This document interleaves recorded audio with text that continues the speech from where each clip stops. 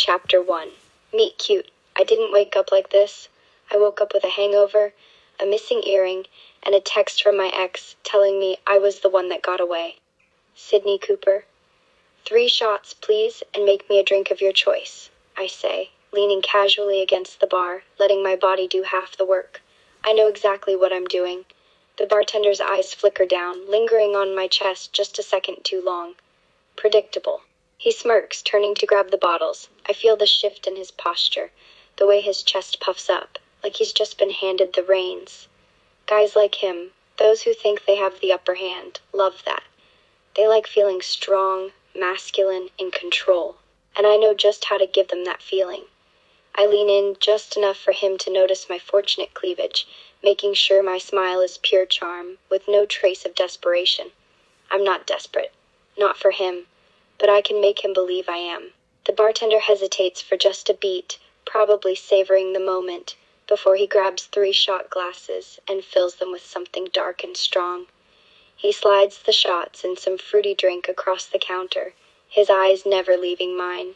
Here you go, 3 shots and my personal special, he says, a little too smug for my liking. It's on the house. That's when the real smile breaks free on my face. Mission completed. I take the first shot, savoring the moment of victory. The warmth of the liquor spreads through me, but it's nothing compared to the rush of knowing I have him right where I want him. I toss back the second shot, then the third. Thanks, I say sweetly, sliding the glasses back across the bar and taking my drink with me to the dance floor. I don't wait for him to say anything else. I don't need anything more from him. Sydney!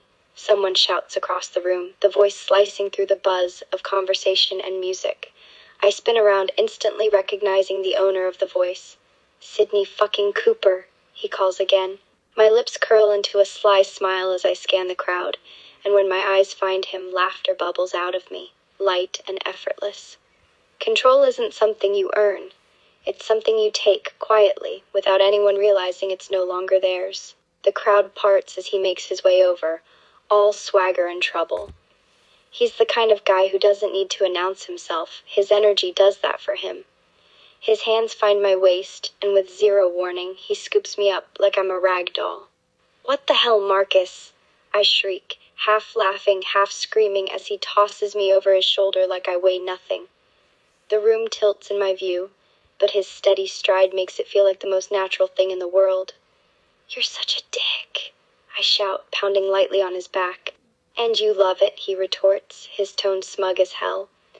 The crowd cheers us on, clapping and laughing, as he carries me toward his table like it's just another day in the life of Marcus. When he finally sets me down, my feet barely have time to touch the ground before I slide onto his lap with a dramatic flourish. You're the worst, I say, plucking the joint from between his lips, taking a slow drag. And you owe me a drink for that stunt. Please, he says, leaning back with a grin. You're the one who owes me, for stealing my smokes and my spotlight. His friends laugh, clinking their glasses together in celebration of, well, us, I guess. Not that there's an us, not in the way people assume. Marcus and I are more of a chaotic, loud, and endlessly entertaining, but not romantically involved duo. I exhale a plume of smoke, passing the joint to one of his friends before turning back to him. So, who are these friends of yours? Gonna introduce me or keep me all to yourself? Marcus smirks, leaning forward just enough for our noses to almost touch. Jealous, Sid? I roll my eyes, but my grin betrays me. Not in this lifetime, sweetheart. Now spill. He chuckles, a deep, rumbling sound. This is Jude, he says, gesturing to the guy on his right, whose long blonde hair is tied up in a messy bun, and whose lazy smile practically oozes trouble. He's the reason we can never go back to that bar on 8th Street. Jude raises his glass in a mock toast. Guilty as charged. And this, Marcus continues, pointing to the woman across the table, is Reese. Don't let the angelic face fool you. She'll ruin your life and look good doing it. Reese gives a slow, knowing smile, her red lips curling like a cat who's just swallowed a canary. Only if they deserve it. I laugh, taking another sip of my drink as I let my eyes sweep over the group. They're exactly Marcus's type of crowd. Wild, reckless, and just charming enough to get away with it. And what about me? I tease, tilting my head to the side. What's my intro, Marcus? He doesn't miss a beat. Sydney Cooper, the only person who can outdrink me, outdance me, and somehow still look like she walked off a magazine cover while doing it. The table erupts in cheers and whistles, and I give an exaggerated bow, soaking it all in. Damn right, I say, raising my glass. Reese leans forward, her eyes sparkling with curiosity. So, Sid, what's your story? How'd you get tangled up with this idiot?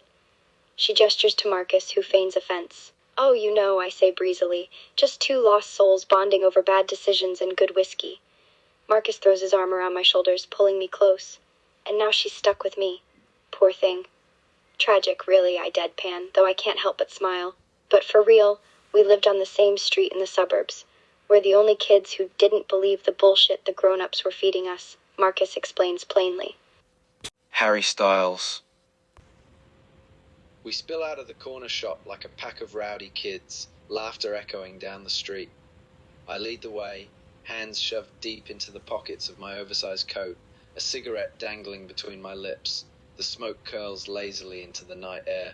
Behind me, Theo fumbles with a six-pack he insists we bring, nearly tripping over his own feet as he tries to keep up. Nia clutches a bag of gummy bears, already halfway through it, while Liv wears a ridiculous party hat she found in the shop. Caleb naturally has a traffic cone, balanced precariously on his head like it's the crown jewels. Why are we walking again? Liv groans, pulling her coat tighter around her. We could have just Ubered. Because, Caleb says, his voice muffled by the cone he's trying to keep steady, we're young, hot, and broke. It's called the trifecta. Speak for yourself, I say over my shoulder, smirking. I'm not broke. Before I can take another drag of my cigarette, Nia launches a gummy bear at me, hitting me square on the cheek. You're insufferable, Harry. And yet, I say, catching the next gummy bear in my mouth, you can't get enough of me. Theo snorts, cracking open one of the cans as we turn the corner. You're lucky we like you, mate. Otherwise, you'd be unbearable. Luck's got nothing to do with it, I say, stealing the can from him and taking a sip.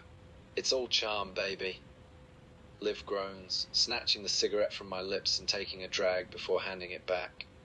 If you say charm one more time tonight, I swear I'll throw you into traffic. Bold of you to assume traffic would stop me, I shoot back, exhaling a plume of smoke like I'm posing for the cover of Rolling Stone. The street fills with our laughter, a chaotic symphony of voices as we get closer to the club. Caleb, always the instigator, suddenly takes off running, the traffic cone miraculously still balanced on his head. Race you losers to the door, he yells. Caleb, you idiot, Nia shouts, taking off after him with her bag of gummy bears. You're going to get us kicked out before we even get in.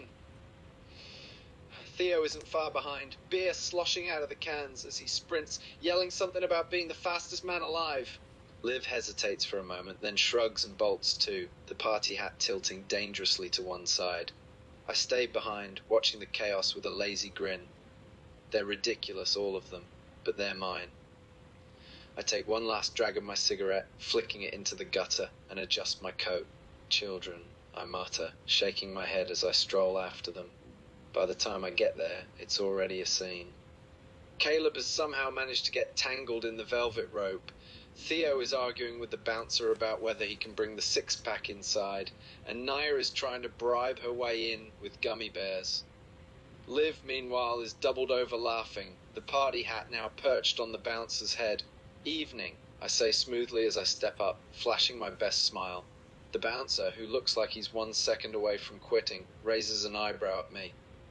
You with them? He asks, jerking his thumb toward the chaos. I hesitate, glancing back at my friends. Caleb is still wrestling with a rope. Nia is pelting the bouncer with gummy bears, and Theo has somehow convinced Liv to start singing Wonderwall in an attempt to distract him. Unfortunately, I say, my grin widening. But they grow on you. The bouncer sighs, waving us all through with a muttered, just don't cause any trouble. Trouble, Caleb says, finally freeing himself and throwing an arm around my shoulders. That's our middle name, mate. Speak for yourself, I reply, slipping past him and into the club. My middle name's Edward.